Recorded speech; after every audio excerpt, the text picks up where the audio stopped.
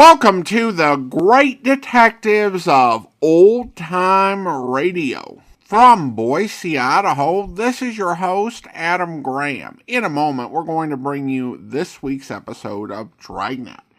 But first, I want to encourage you, if you're enjoying the podcast, to please follow us using your favorite podcast software.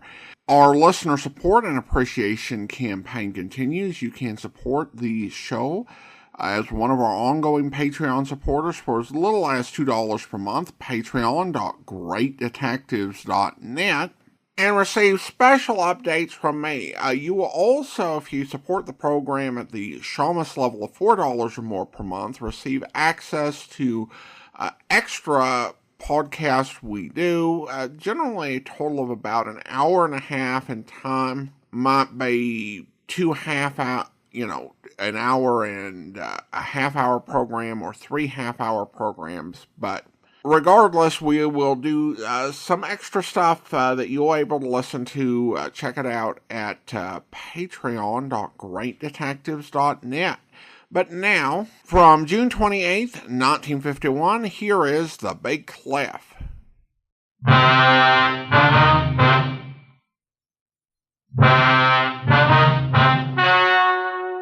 The story you are about to hear is true. Only the names have been changed to protect the innocent.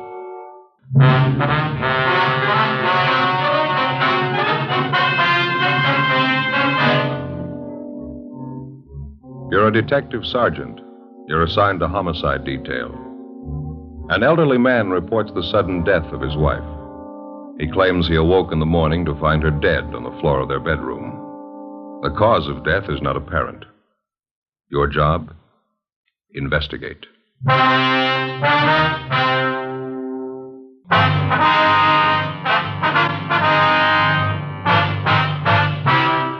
Dragnet, the documented drama of an actual crime. For the next 30 minutes, in cooperation with the Los Angeles Police Department, you will travel step by step on the side of the law through an actual case transcribed from official police files. From beginning to end, from crime to punishment, Dragnet is the story of your police force in action.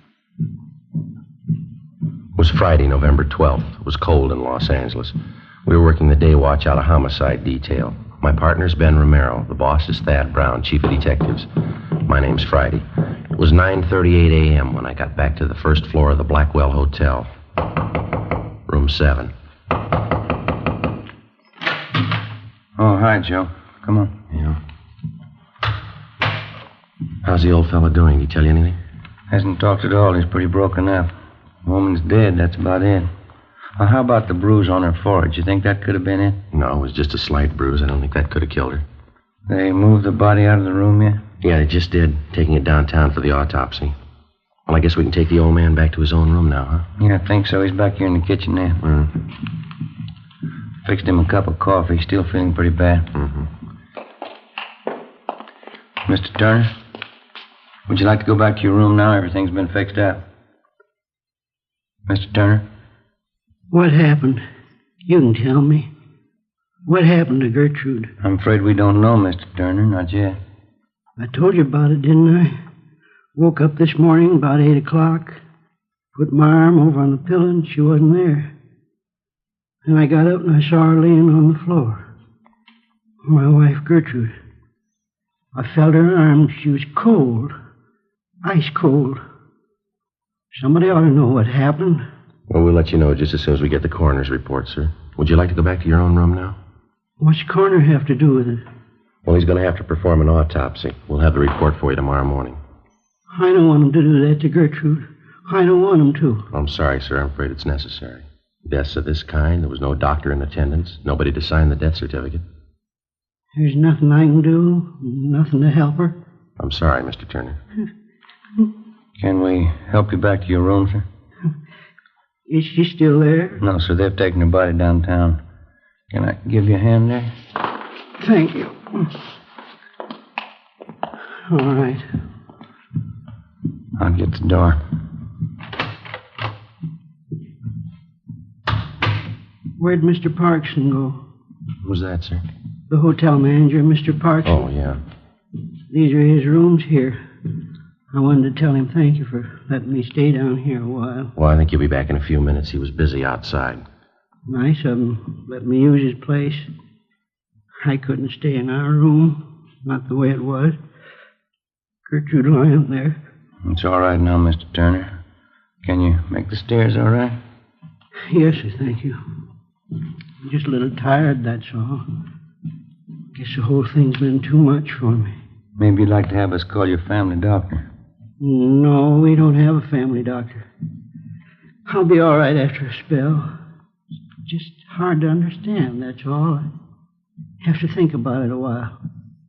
Sit down and think about it. Yes, sir. Here we are. I'll get the door. Go ahead, Ben. Yeah.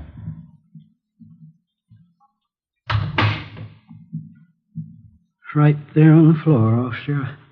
It's where I found her when I woke up. Right there by the bed. Mm-hmm.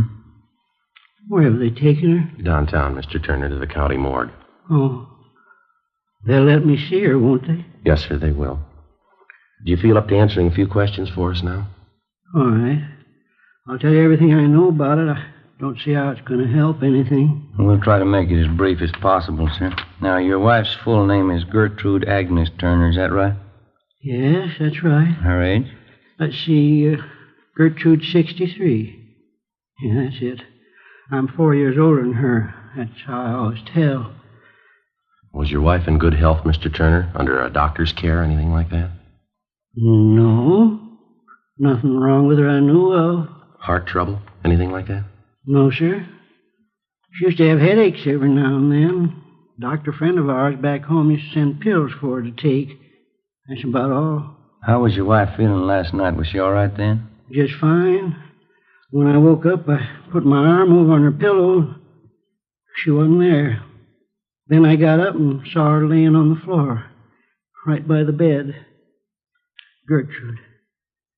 She was ice cold. There was a little bruise up here on her forehead. I thought I was dreaming.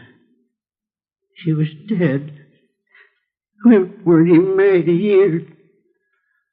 You want to go on, sir? You think you feel all right? Yeah, it's all right, officer. I got a little bit of brandy in that cupboard over there. Think I could use some if you two officers don't mind. That's perfectly all right, sir. Yeah, I'll get it, Mr. Turner. We had it all figured out Tuesday, November 16th. That's her name's day. How's that? November 16th. It's my wife's name's day. You see, Gertrude's a German girl. A lot of German people don't celebrate their birthday. They celebrate their name's day instead. Next Tuesday's St. Gertrude's Day. Oh, I see. There you are, Mr. Turner. Thank you. Either one of you officers care for some brandy? You're certainly welcome to it. No, thank you very much.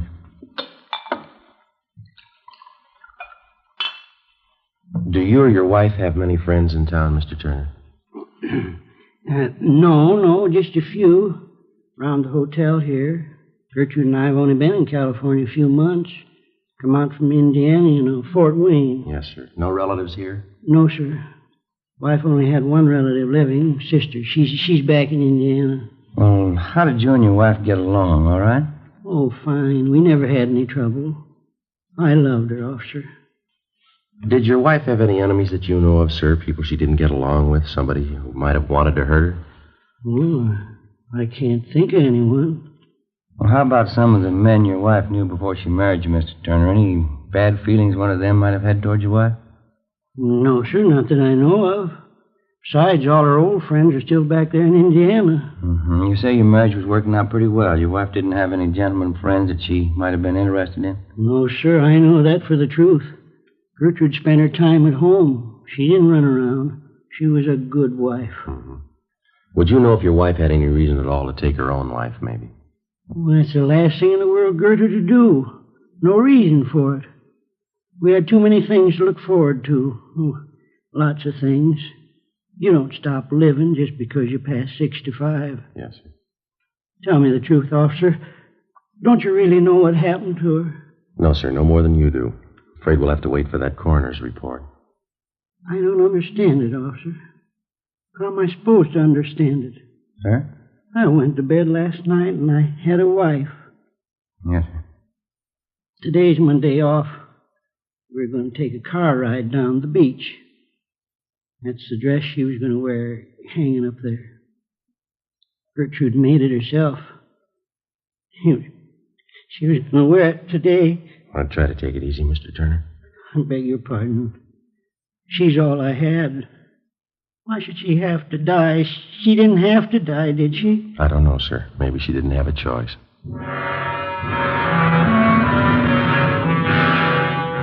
The body of the dead woman, Mrs. Gertrude Agnes Turner, was removed to the county morgue for autopsy. Ben and I filled out the 311 form, the dead body report, and filed it, pending the outcome of the autopsy.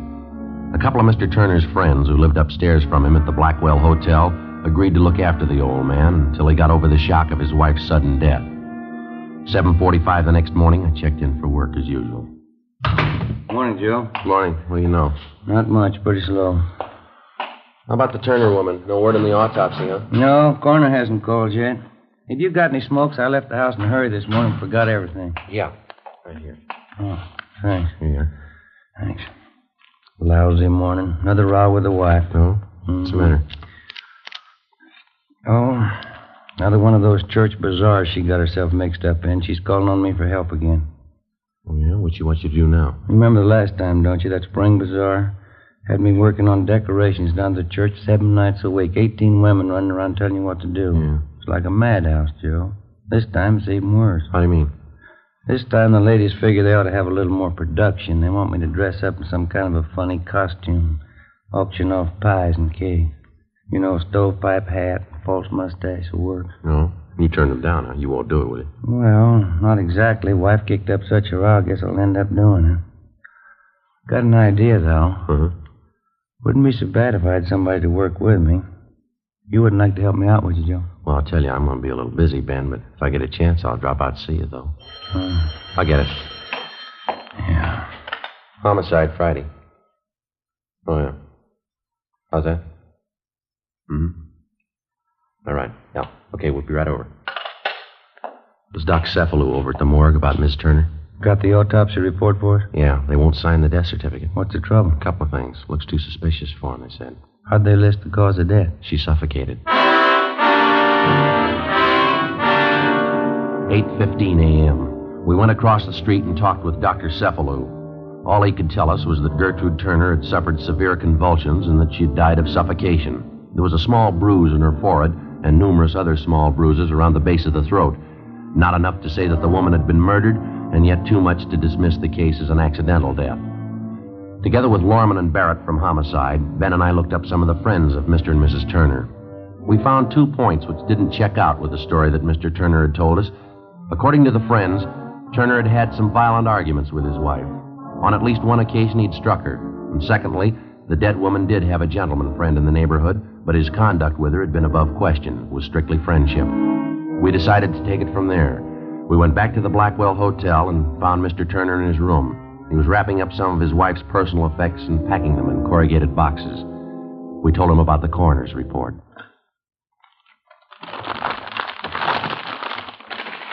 I don't think I believe that, Sergeant. People just don't suffocate. There's got to be a reason for it. Yes, sir. That's what we're looking for. Well, don't they know? Can't they tell you how it happened? The doctors? Well, she had severe convulsions. She suffocated. That's just all they could tell us. With a bruise on her head, Gertrude's forehead. What'd they say about that? Well, that wasn't the cause of death, Mr. Turner. She could have gotten a bump when she fell out of bed. It might have been that. It might not. I just don't understand. You'd think there'd be some way of telling. Well, we were around talking to some of your friends in the neighborhood this morning. Friends of you and your wife? Yeah. Oh, they've been real friends, officers. Every one of them. Been up to see me, brought me meals and things. Say, isn't that a pretty thing? Just look at that. Yes, sir. Real born china. A cup and a saucer. Gertrude used to collect them. Had all kinds. Pretty. Yes, sir. When we were talking to you yesterday, sir, you told us that you and your wife got along pretty well. No arguments? Yes, sir, that's right. Well, now, some of your friends tell us that you used to argue with your wife quite a bit. Who told you that? Some of your friends here in the neighborhood. Is that true? Oh. When we first got married, Gertrude and I I guess we had a few spats, no different than other people. Getting used to each other, things like that, you know. Mm-hmm. Well, did you ever strike your wife, Mr. Turner? Why do you ask that? Routine question. Did you ever strike your wife? Mr. Turner? Yes. One of the first arguments we had. I don't even remember what it was about. That's how important it was. Mm-hmm. I lost my temper, I guess. I kind of slapped her. I felt like a no-good bum. Never once happened again. Slapping Gertrude. It's hard to remember it right now. Well, we asked you the same question yesterday, sir. Couldn't you have told us that then? Oh, I'm sorry, officer. I guess I missed it. I wasn't feeling too good. I think you know what I mean. But you remember us asking if your wife had any gentleman friends? Yes, I remember that. Well, now, is it true? Well, there's one fella named Clyde Warren. Runs a drugstore down the street. I guess Gertrude knew him better than anybody, but he was my friend, too.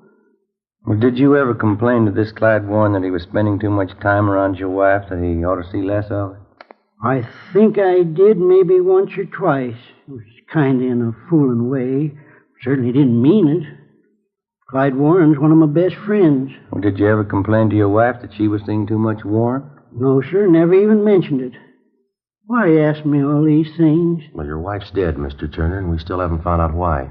But you ask me questions like I had something to do with it. Well, you were the last one to see her alive, sir. You were alone with her in this room the night she died. You think I killed Gertrude? Is that it? You think I killed my own wife? No, sir, we didn't say anyone killed her. You think I killed my own wife? You think I killed her? Well, did you kill her, Mr. Turner? You know I didn't kill Gertrude. You know I didn't do that. I'm sorry, sir. There's not much else we can do now. What do you mean? The coroner found a series of bruises on the body, right around here, base of the neck. We know she died of suffocation. The two things seem to fit pretty well. I don't know what you mean. I didn't see any bruises, not on her neck. I don't know what you mean. We'll have to take you downtown, sir. You can call your lawyer now if you like. I don't have a lawyer. Why are you taking me downtown? No alternative. We're going to have to book you. How's that? Suspicion of murder. 10:25 a.m. Before we booked him at the main jail, Mr. Turner asked us if we'd get off a telegram to his sister-in-law, Mrs. Helen Raymond, in Fort Wayne, Indiana, informing her of what had happened. We told him we would, and we did. We booked him in on suspicion of 187 PC, and then we checked back in at the office. We put in a call to the insurance company that held a policy on Mrs. Turner. Yes, sir. Gertrude Agnes Turner. Mm-hmm. What was that? All right. Right. Thank you, sir. Goodbye. What'd they have to say? Mrs. Turner had 3 different policies on her life, total of $5,000. Mr. Turner's a beneficiary on all 3. Well, that'll do for a motive. There's something else here. Yeah. Newest policy is for $1,000, industrial policy. When was it taken out? 3 weeks ago.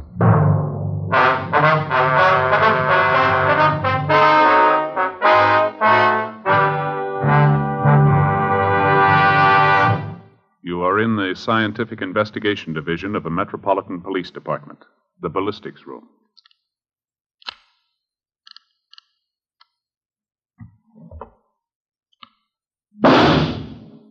You have just heard a test bullet fired from a .38 caliber revolver found in the possession of a suspect. The test slug is removed from the ballistics box and compared with the slug found at the scene of the crime. There they are. Side by side, they look alike, but examination will prove a world of difference.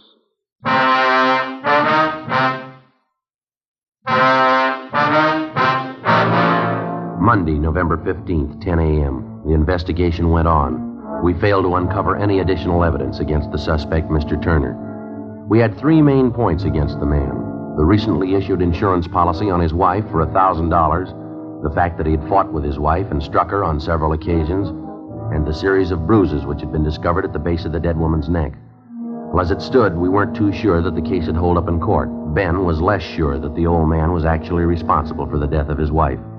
We figured if Turner was guilty, we might try to impress him with the evidence against him and attempt to get a confession. Monday, 1 p.m., we went over to the main jail to interrogate the suspect.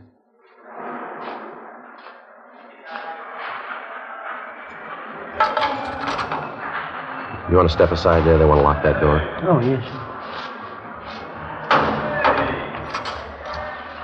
This way, Mr. Turner. I'll get the light switch. Right in here, Mr. Turner. Mr. Turner, you'd like to sit down? All right. Thank you. Why'd you come to see me?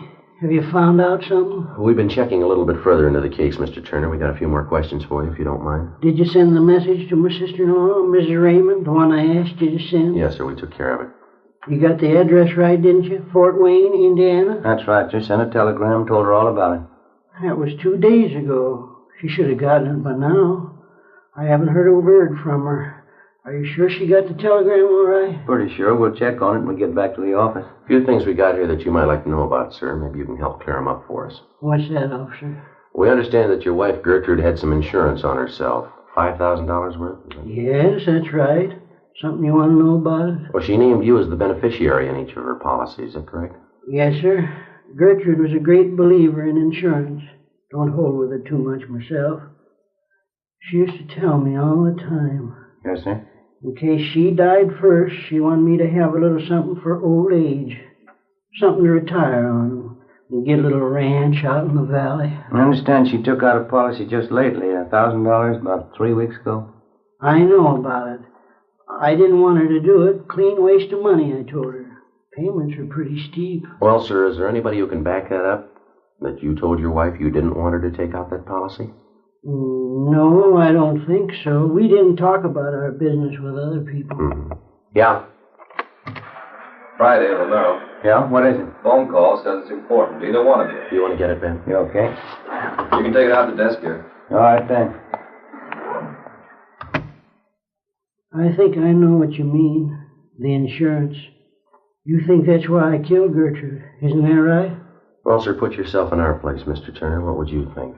You know in your heart I didn't kill my wife. You know that in your heart. Well, they don't pay us for what we believe, Turner. They pay us to get the facts, to run down evidence.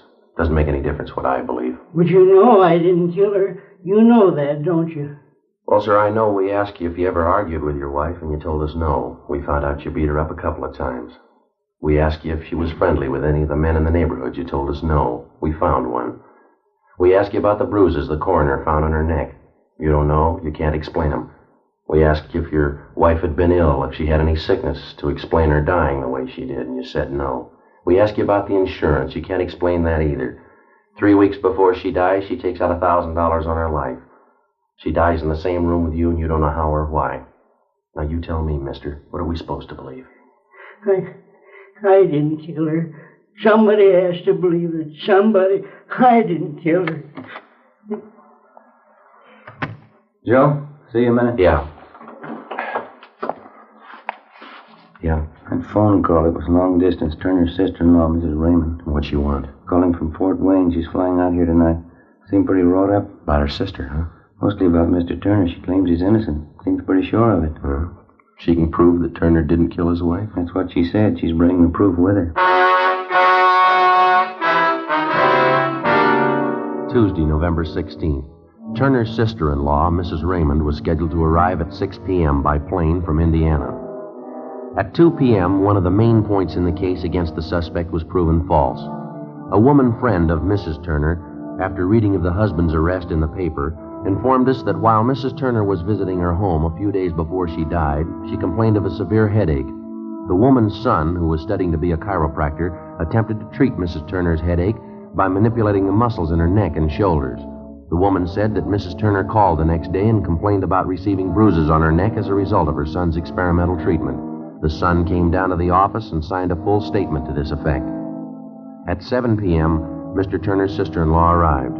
With her was a Dr. John Grant, a Fort Wayne physician. The two of them told us their story and gave us all the information they had concerning the case. Ben and I went immediately to the main jail, picked up Mr. Turner, and brought him back to the office. His sister-in-law and Dr. Grant waited in the adjoining room. Why'd you bring me here? You gonna ask me more questions? I told you everything. No, sir. No more questions. You can't take me off to prison. I haven't had a trial yet. No, sir, you're not going to have a trial, Mr. Turner. We're releasing you. How's that? Your sister-in-law, Ms. Raymond, she's in the next room with her doctor. They're going to take you home, sir. I don't think I understand, officer. How do you mean? Your sister-in-law just got in from Fort Wayne tonight, and she has her family doctor with her. They told us about your wife, Gertrude. Everything we had to know. About Gertrude? My wife? Well, what do you mean, officer? Well, maybe you can understand, sir. Your wife was afraid to let you know. She told her sister she was afraid it might break up her marriage. Afraid to tell me what? Well, your wife suffered from epilepsy. She had it most of her life. She had epilepsy? Yes, sir, she did. And this Dr. Grant showed us that he's been sending your wife medicine ever since you moved out here to California. He treated her many times for the same thing before you met her. She figured it might ruin her chances of marrying you, so she kept it a secret. The medicine. I remember that. Used to come through the mail. Well, that's it, sir. Counts for the headache she had the night before she died. She probably had an attack during the night, suffocated. That's how you found her in the morning. Well, why didn't they know? The coroner, they examined her. Well, sir, that's just the point. If you die of epilepsy, there's just no way of telling, not even by autopsy. Convulsions and suffocation. That's the only way they can list it. And she was ashamed. Gertrude. She was afraid to tell me. Yes, sir, that's what she wrote to your sister-in-law. We saw the letters. And I can leave now if I want to? Is it all right? We'll get you things from the property clerk first, and then you can go. Can I see Helen now, my sister-in-law? I'd like to say hello. Yes, sir, you can. It's right through that door. Well, thank you kindly. It's all right. Officer. Yes, sir. Just one thing I'd like to ask. Yes. You knew all the time, didn't you? I mean in your own heart. How's that? I couldn't have killed Gertrude. In your own heart, you knew that, didn't you? Officer? Yes, sir, I know it. I thought you did. I'll be right back.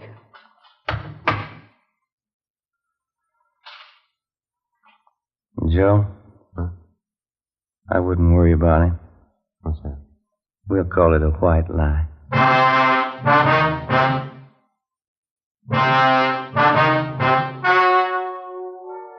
The story you have just heard was true. Only the names were changed to protect the innocent. On November 16th, a meeting was held in the office of Blaine Steed, captain of homicide. In a moment, the results of that meeting.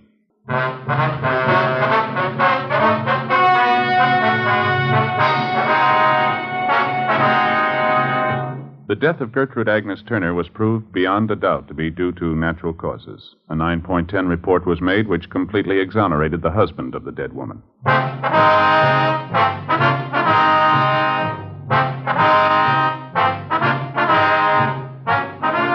You have just heard Dragnet, a series of authentic cases from official files. Technical advice comes from the Office of Chief of Police W.H. Parker, Los Angeles Police Department. Stay tuned for Counterspy next over most NBC stations.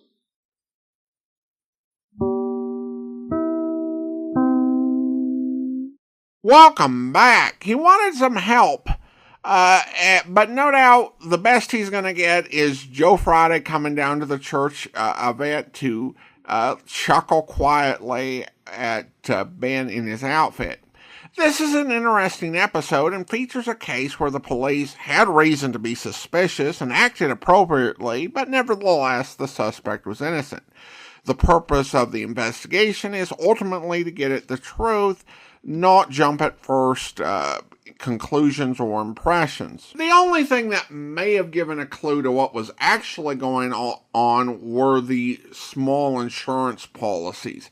Carrying a bunch of little insurance policies is a bit annoying, and one reason to do that is if you've got health problems and you want to avoid a big medical exam. Even back in 1951, these weren't particularly large policies. In today's money, it'd be $62,000. It'd be kind of weird today for someone to have $62,000 in insurance spread across 4 policies. Well, listener comments and feedback, and there is some comments regarding the Big Impossible, and I received a note from Blaine, from Jim, and also from David, highlighting the fact that the events were most likely taken from a 1928 case, where a boy named Walter Collins was missing, and a boy in Illinois showed up claiming to be him,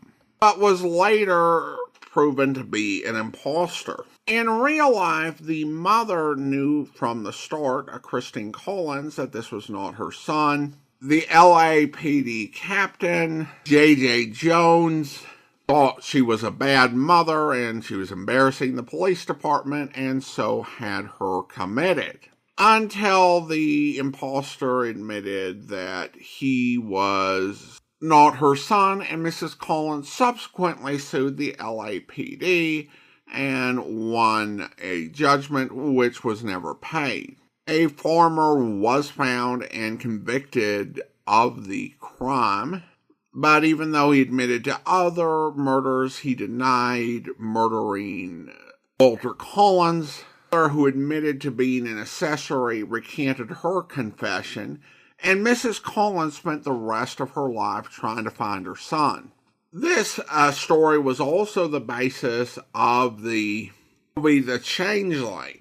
And while I think it would be really odd if there were another case like this, it would be very weird for the LAPD to support Webb making an episode on the basis of that case, because it was a huge news story. It had been 2 decades, but there were still plenty of people alive from the incident, including Mrs. Collins. So it seems to me like the risk of bringing all that back up would be very, very high. Which, at a time when they were trying to improve the force's image, it just seems like such a weird decision. But I do appreciate the information and everybody taking time to reach out. Well, now it is time to go ahead and thank our Patreon supporter of the day. And I want to thank Candace, Patreon supporter since October 2021, currently supporting the podcast at the Detective Sergeant level of $7.14 or more per month. Thanks so much for your support, Candace. And that will do it for today. If you're enjoying the podcast, please follow us using your favorite podcast software, and be sure to rate and review the podcast wherever you download it from. We'll be back next Thursday with another episode of Dragnet, but join us back here tomorrow for yours truly, Johnny Dollar, where... Oh, what is it? I said... greatest fishing in this man's world is right down there below us. Oh, what's your language, brother? I'm liable to strap on a chute and leave you to make the rest of the trip alone. A fisherman, huh? Yeah, you aren't kidding. Yeah, one of my favorite spots, right? Ooh. Hey, what's the matter? Nothing. Just a little twitch in my side, my belly. Doc said it was appendicitis last time, but I think didn't want to operate unless... Holy... Baby, that was a sharp one. Cliff, anything I can do? No, it's going now. Sure hope so. Sure. It just came on kind of sudden, so. Hey, it's time to call the lads at the mine to be ready for us. How big is the airport up there? 11,000-foot runway. Really? Sure. It's the only way to get stuff in for mines 100 miles around. Speedcraft 231, calling Consolidated. Go ahead, please. Somebody on duty there at all times? 24 hours. Roger, 231, go ahead. We're over Fairbanks on the hour, Charlie. Roger, Cliff, over Fairbanks at 1400 hours. And roll out the carpet. We'll set down between 14:45 and 50. Roger, Cliff, we'll be ready for you. And that's that. In less than an hour, Johnny, Johnny, take over. I hope you'll be with us then. In the meantime, send your comments to box13@greatdetectives.net. Follow us on Twitter at Radio Detectives, and check us out on Instagram, instagram.com/greatdetectives. From Boise, Idaho, this is your host, Adam Graham, signing off.